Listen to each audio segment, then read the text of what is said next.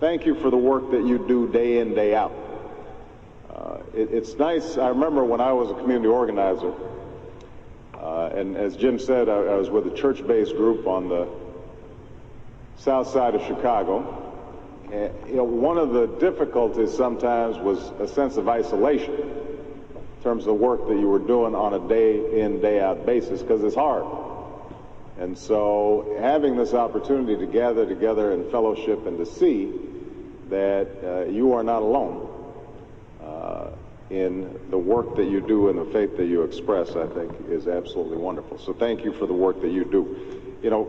I have had the opportunity to take a look at this covenant for a new America.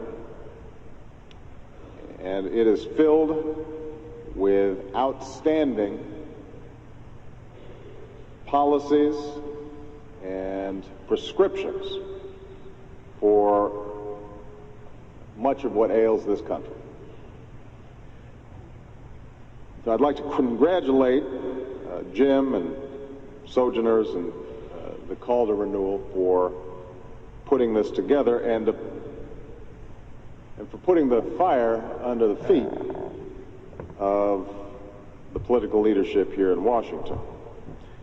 But today I'm going to talk about the connection between religion and politics, and perhaps offer some thoughts about how we can sort through some of the often bitter arguments that we've been seeing over the last several years. I do so because, as all of you know, we can affirm the importance of poverty in the Bible. We can raise up this covenant. We can pass it out. We can talk to the press. We can discuss the religious call for us not only to tend to issues like poverty, but also to tend to the broader issues of social justice and environmental stewardship. We can affirm all these important issues, but it won't have an impact unless we tackle head-on the mutual suspicion that sometimes exists between religious America and secular America. And I want to give you an example that I think illustrated this fact for me. Some of you know that during the 2004 U.S. Senate election, in the general election, I ran against a gentleman named Alan Keyes. And my opponent, Alan Keyes, was well-versed in the Jerry Falwell, Pat Robertson style of rhetoric. Gets a little heated sometimes, a rhetoric that sometimes labels progressives as both immoral and godless. And in fact, towards the end of the campaign, Mr. Keyes announced to the people of Illinois that, quote, Jesus Christ would not vote for Barack Obama. Jesus Christ would not vote for Barack Obama. Christ would not vote for Barack Obama because Barack Obama has behaved in a way that is inconceivable for Christ to have behaved. Jesus Christ would not vote for Barack Obama. Now, I was urged by some of my liberal supporters to take this, not to take this statement seriously, to essentially ignore it. To them, Mr. Keyes was an extremist, and his arguments were not worth entertaining. And since at the time I was up 40 points in the polls, it probably wasn't a bad piece of strategic advice. But what they didn't understand was that I had to take Mr. Keyes seriously, for he claimed to speak on behalf of my religion and my God. He claimed to know certain truths. Obama says he's a Christian, he was saying, and yet he supports a lifestyle that the Bible calls an abomination. Mr. Obama says he's a Christian, but he supports the destruction of innocent and sacred life. So Mr. Keyes would say. And what would my supporters have me say? How might I respond? Should I say that a literalist reading of the Bible was folly? Should I say that Mr. Keyes, who is a Roman Catholic, should ignore the teachings of the Pope? Unwilling to go there, I answered with what has come to be the typical liberal response in such debates.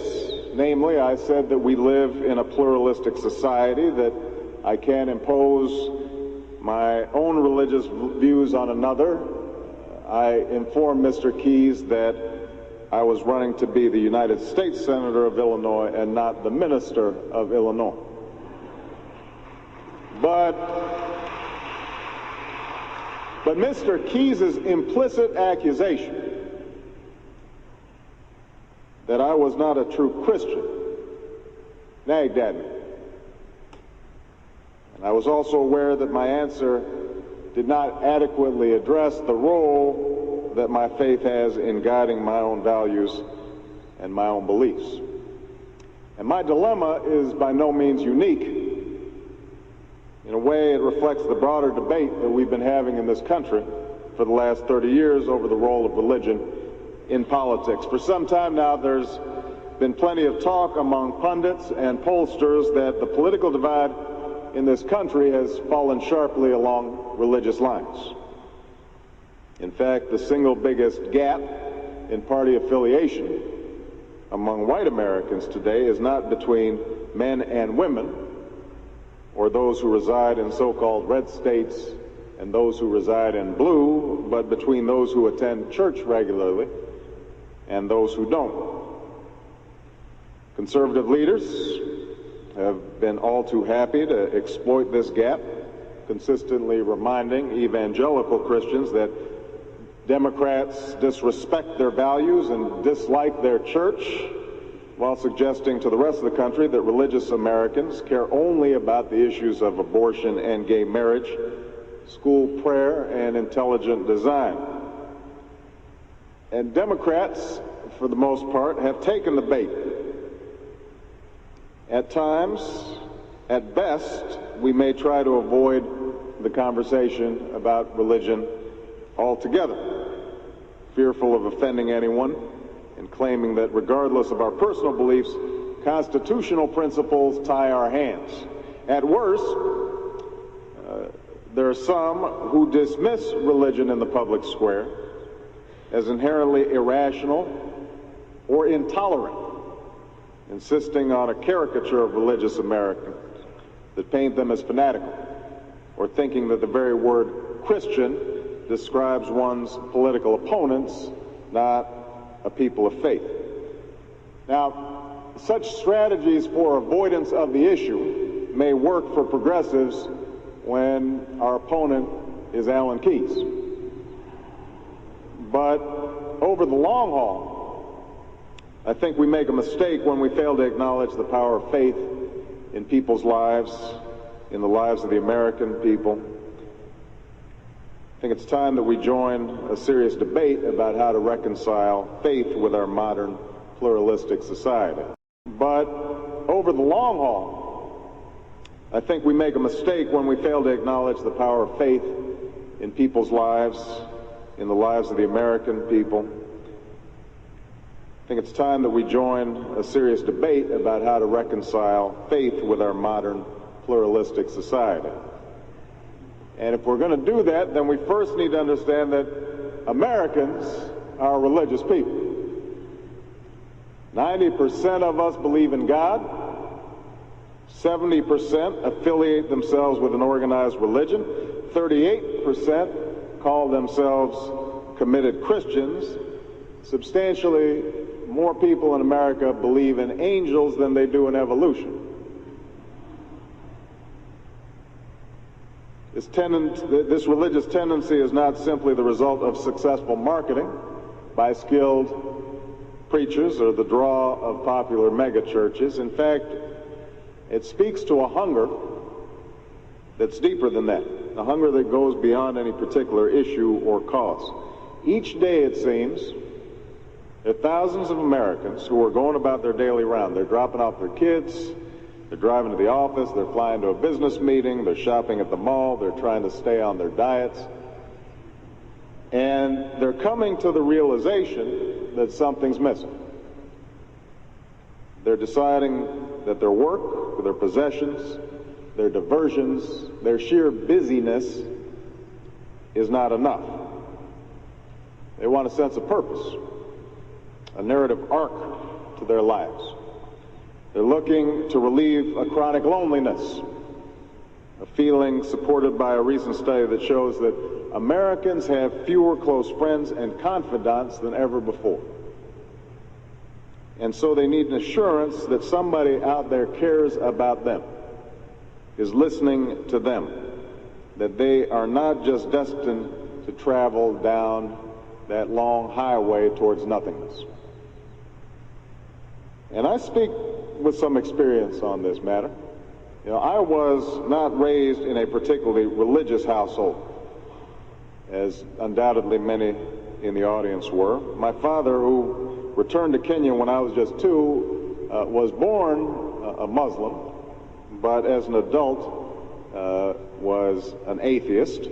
My mother, whose parents were non-practicing Baptists and Methodists, was probably one of the most spiritual people I knew, one of the kindest, best people I have ever known. But she grew up with a healthy skepticism of organized religion herself, partly because of the hypocrisy that she had seen in the church early in her life. And because she grew up with a healthy skepticism of organized religion, so did I. So it wasn't until after college, when I went to Chicago to work as a community organizer, that I confronted my own spiritual dilemma. I was working with churches, and the Christians who I was working with, they recognized themselves in me. They saw that I knew their book, that I shared their values, that I sang their songs. But they sensed that a part of me remained detached and removed, that I was an observer in their midst.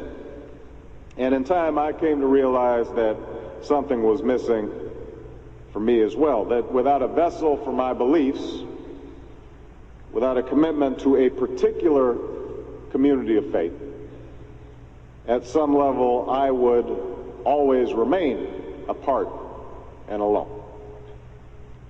And if it weren't for the particular attributes of the historically black church, I might have accepted this fate. But as the months passed in Chicago, I found myself drawn not just to work with the church, but be in the church. And for one thing, I believed and still believe in the power of the African American religious tradition to spur social change, a power made real by some of the leaders who are here today.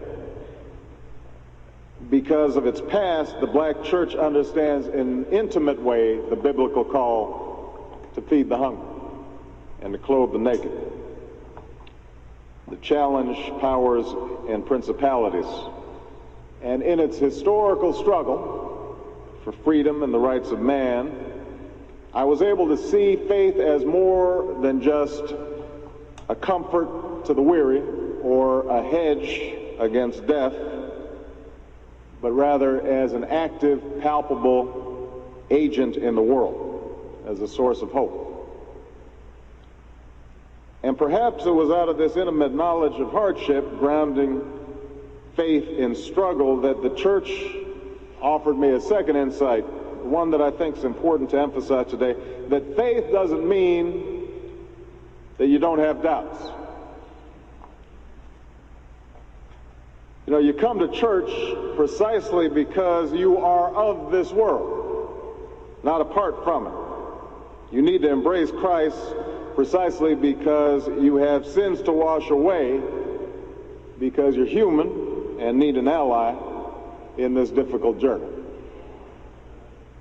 And it was because of these newfound understandings that I was finally able to walk down the aisle of Trinity United Church of Christ on 95th Street in the south side of Chicago one day and affirm my faith And it came about as a choice, not as an epiphany. I didn't fall out in church. Questions I had didn't magically disappear. But kneeling beneath that cross on the south side, I felt that I heard God's Spirit beckoning me. I submitted myself to His will and dedicated myself to discovering His truth. And that's a path that has been shared by millions of Americans, evangelicals, Catholics, Protestants, Jews, Muslims, some since birth, others at certain turning points in their lives.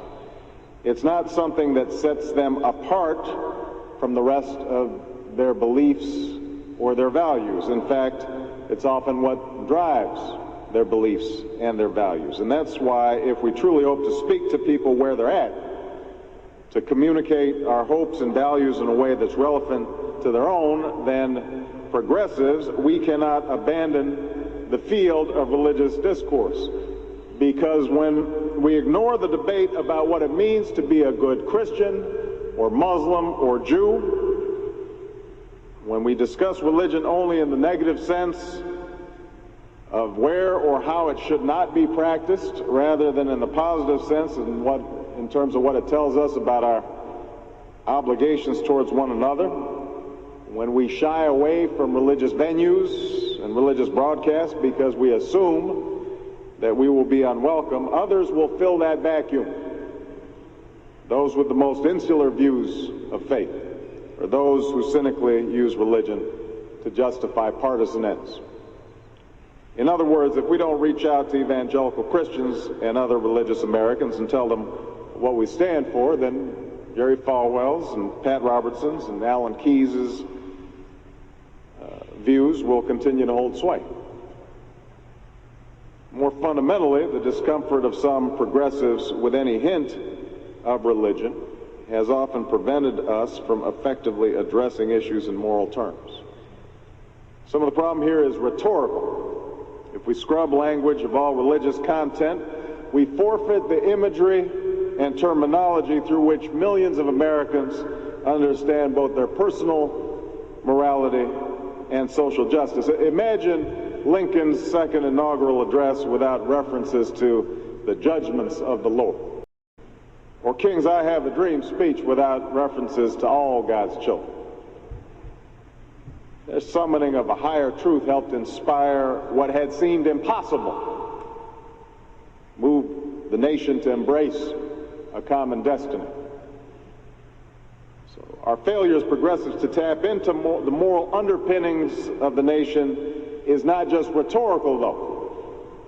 Our fear of getting preachy may also lead us to discount the role that values and culture play in some of our most urgent social problems. After all, the problem of poverty and racism, the uninsured and the unemployed, all the problems that are chronicled in this pamphlet are not simply technical problems in search of the perfect 10-point plan. They're rooted in both societal indifference and individual callousness. They're rooted in the imperfections of man. And solving these problems will require changes in government policy, but it will also require a change in hearts and a change in minds. I believe in keeping guns off the streets of the inner city, and that our leaders must say so in the face of the gun manufacturers' lobby. But I also believe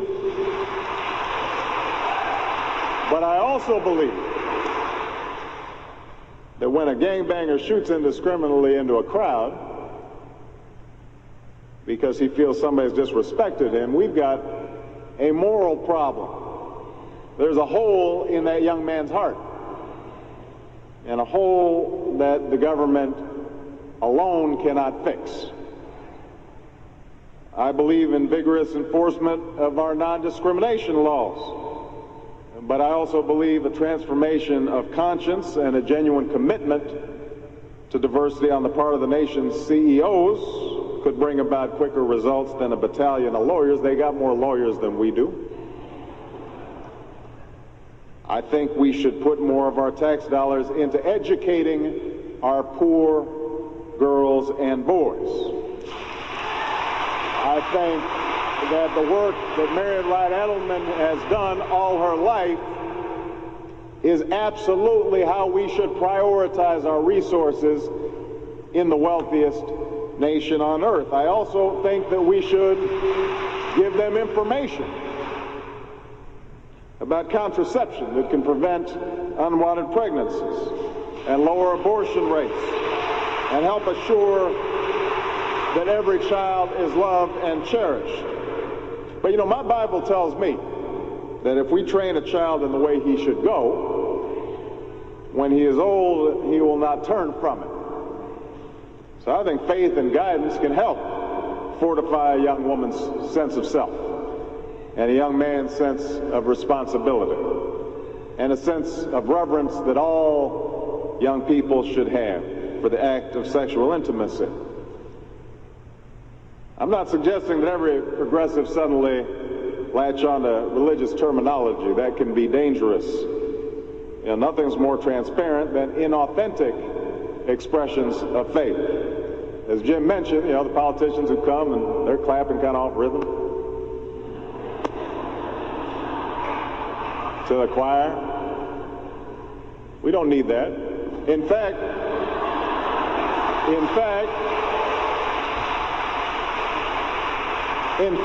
because I do not believe that religious people have a monopoly on morality, I would rather have someone who is grounded in morality and ethics and who is also secular affirm their morality and their ethics and their values without pretending that there's something they're not. They don't need to do that.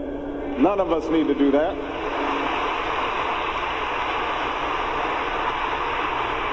But what I am suggesting is this: secularists are wrong when they ask believers to leave their religion at the door before entering into the public square.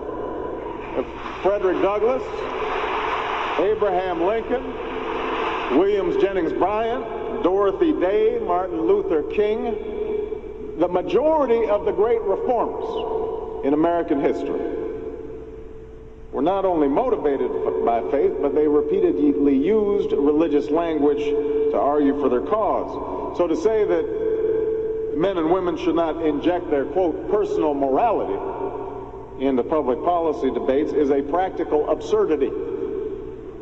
Our law is by definition a codification of our morality, much of it which is grounded in the Judeo-Christian tradition. Moreover, if we progressives shed some of these biases, we might recognize some overlapping values that both religious and secular people share when it comes to the moral and material direction of our country. We might recognize that the call to sacrifice on behalf of the next generation, the need to think in terms of thou and not just I, resonates in religious congregations all across the country. We might realize that we have the ability to reach out to the evangelical community and engage millions of religious Americans in the larger project of American renewal. And some of this is already beginning to happen. You know, pastors, friends of mine like Rick Warren and T.D. Jakes are wielding their enormous influence to confront AIDS, third world debt relief, and the genocide in Darfur. You've got religious thinkers and activists like our good friend Jim Wallace and Tony Campolo, who are lifting up the biblical injunction to help the poor as a means of mobilizing Christians against budget cuts to social programs and growing inequality. And by the way, we need Christians on Capitol Hill, and we need Jews on Capitol Hill and Muslims on Capitol Hill. When you've got an estate tax that is talking about $1 trillion being taken out of social programs to go to a handful of folks who don't need it and weren't even asking for it, we need an injection of morality into our political debate. You know, across the country, individual churches like my own and your own are sponsoring daycare programs and building senior centers and helping ex-offenders reclaim their lives and rebuilding the Gulf Coast in the aftermath of Katrina. So the question is, how do we build on these still tentative partnerships between religious and secular people of goodwill? It's going to take more work, a lot more work than we've done so far. The tensions and the suspicions on each side of the religious divide will have to be squarely addressed, and each side will need to accept some ground rules for collaboration. While I've already laid out some of the work that progressive leaders need to do on this, I want to talk a little bit about what conservative leaders also need to do. Some truths they need to acknowledge. For one thing, they need to understand the critical role of the separation of church and state in not just preserving our democracy, but the robustness of our religious practice. You know, that, I mean, folks tend to forget, during our founding, it wasn't the atheists and the civil libertarians who were the most effective champions of the First Amendment. It was the persecuted minorities. It was Baptists like John Leland who didn't want the Congregationalists and the established churches from imposing their views on folks who were getting happy out in the fields and teaching Scripture to slaves.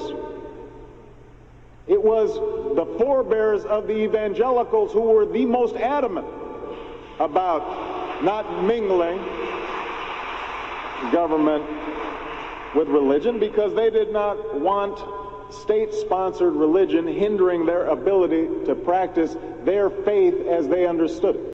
And moreover, given the increasing diversity of America's populations, the dangers of sectarianism are greater than ever. Whatever we once were, we are no longer a Christian nation, at least not just. We are also a Jewish nation, a Muslim nation, and a Buddhist nation, and a Hindu nation, and a nation of non-believers. And even if we did have only Christians in our midst, if we expelled every non-Christian from the United States of America, whose Christianity would we teach in the schools? Would it be James Dobson's or Al Sharpton's? Which passages of Scripture should guide our public policy? Should we go with Leviticus, which suggests slavery is okay, and that eating shellfish is an abomination? Or we could go with Deuteronomy, which suggests stoning your child if he strays from the faith? Or should we just stick to the Sermon on the Mount, a passage that is so radical that it's doubtful that our own Defense Department would survive its application?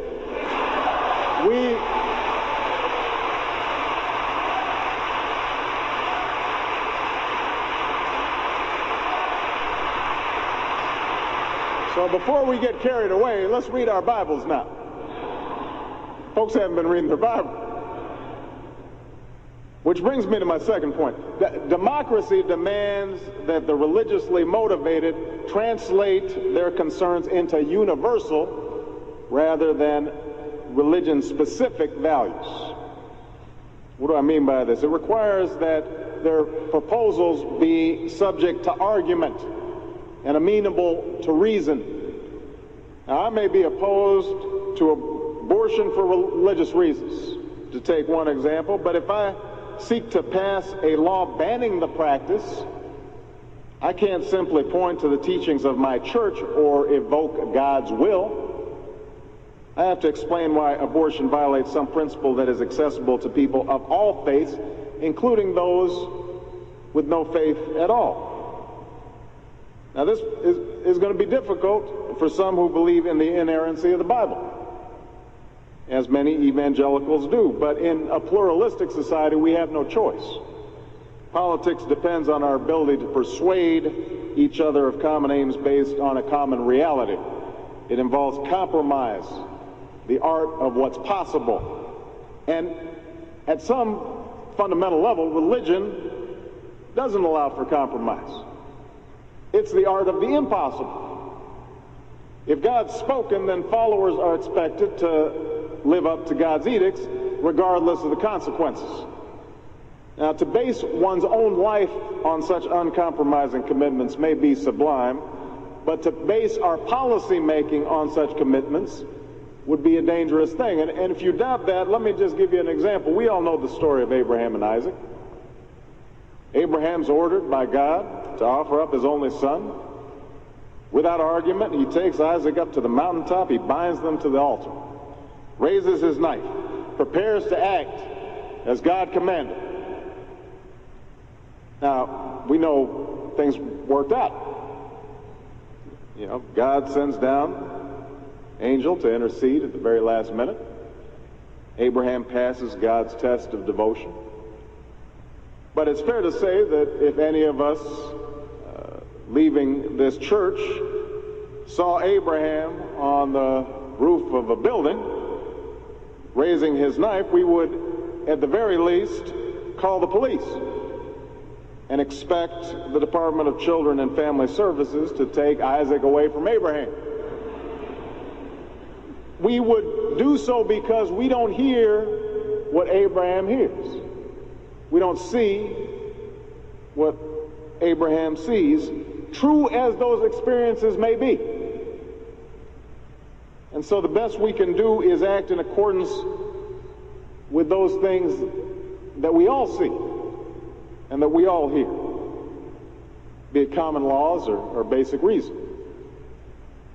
Finally, any reconciliation between faith and democratic pluralism requires some sense of proportion.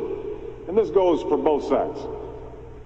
Even those who claim the Bible's inerrancy make distinctions between scriptural edicts,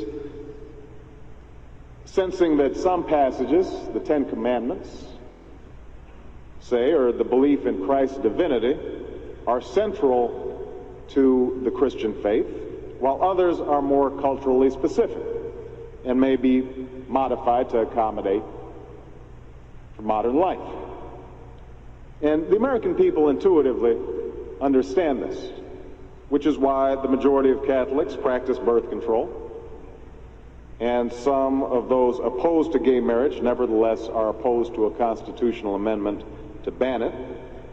Religious leadership needs to understand they don't have to accept such wisdom in counseling their flocks, but they should recognize this wisdom in their politics. Now, a sense of proportion should also guide those who police the boundaries between church and state. Not every mention of God in the public is a breach of the wall of separation. Context matters. Now, it's doubtful that children reciting the Pledge of Allegiance are feeling pledged or brainwashed as a consequence of muttering the phrase, under God. I didn't. Most of the time when they're saying it, they don't even say all the words. You know, they're just kind of, it's all running into, yeah, they're sleepy. You know, having voluntary student prayer groups use school property to meet should not be a threat any more than use by the high school Republicans or some other political group should threaten those with differing views. One can envision certain faith-based programs targeting ex-offenders or substance abusers that offer a uniquely powerful way of solving problems. So we have some work to do here, but I am hopeful that we can bridge the gap that exists and overcome the prejudices that all of us to one degree or another bring to this debate. And I have faith that millions of believing Americans want that to happen. No matter how religious they may be or may not be, people are tired of seeing faith used as a tool of attack. They don't want faith used to belittle or to divide. They are tired of people who deliver more screed than sermon. Because in the end, that's not how they think about faith in their own lives. So let me end with just one other interaction I had during my campaign. A few days after I won the Democratic nomination in my U.S. Senate race, I get this email from a doctor at the University of Chicago Medical School, and the email said the following, quote, "Congratulations on your overwhelming and inspiring primary win. I was happy to vote for you, and I will tell you that I am seriously considering voting for you in the general election. I write to express my concerns that may, in the end, prevent me from supporting you." The doctor then described himself as a Christian who understood his commitments as, and I quote, totalizing. His faith led him to a strong opposition to abortion and gay marriage, although he said that his faith also led him to question the idolatry of the free market, the quick resort to militarism, the unwillingness to attend to the issues of poverty that seem to characterize much of the Republican agenda. But the reason the doctor was considering not voting for me was not simply the fact that I was pro-choice. Rather, he had read an entry that my campaign had posted on my website, which suggested that I would fight, quote, and this was language that was on my website at the time, quote, "right-wing ideologues who want to take away a woman's right to choose," unquote. And so the doctor went on to write, quote, "I sense that you have a strong sense of justice. I also sense that you are a fair-minded person with a high regard for reason. Whatever your convictions, if you truly believe that those who oppose abortions are all ideologues driven by the perverse desire to inflict suffering on women, then you, in my judgment, are not fair-minded. You know that we enter times that are fraught with possibilities for good and for harm, times when we are struggling to make sense of a common polity in the context of plurality, that we are unsure of what grounds we have for making any claims that involve others. I do not ask at this point that you oppose abortion, only that you speak about this issue in fair-minded words." Fair-minded words. I looked at my website. I had, my staff had put this up, and I checked it, and I found the offending words. My staff, in fairness to them, they had written that boilerplate because it was standard Democratic boilerplate. It described my position during the Democratic primary at a time when some of my opponents were questioning my commitment to protect Roe versus Wade. So rereading the doctor's letter, though, I felt a pang of shame. Because it's people like him who are looking for a deeper, fuller conversation about religion in this country. They may not change their positions, I may not change my position, but they're willing to listen and learn from those who are willing to speak in fair-minded words. Those who know the central and awesome place that God holds in the lives of so many, and who refuse to treat faith as simply another political issue with which to score points. So I wrote back to the doctor, and I thanked him for his advice. And the next day I circulated the email to my staff with the words, fair-minded words underlined. And I changed the language on my website to state in clear but simple terms my pro-choice position. And that not a prayer that I might extend the same presumption of good faith to others that the doctor had extended to me. And so I say a prayer every night. It's a prayer that I think I share with a lot of Americans. A hope that we can live with one another in a way that reconciles the beliefs of each with the good of all. It's a prayer worth praying and a conversation worth having in this country in the months and years to come, and all of you have been active participants, brothers and sisters in that conversation. Thank you so much, everybody. Appreciate it.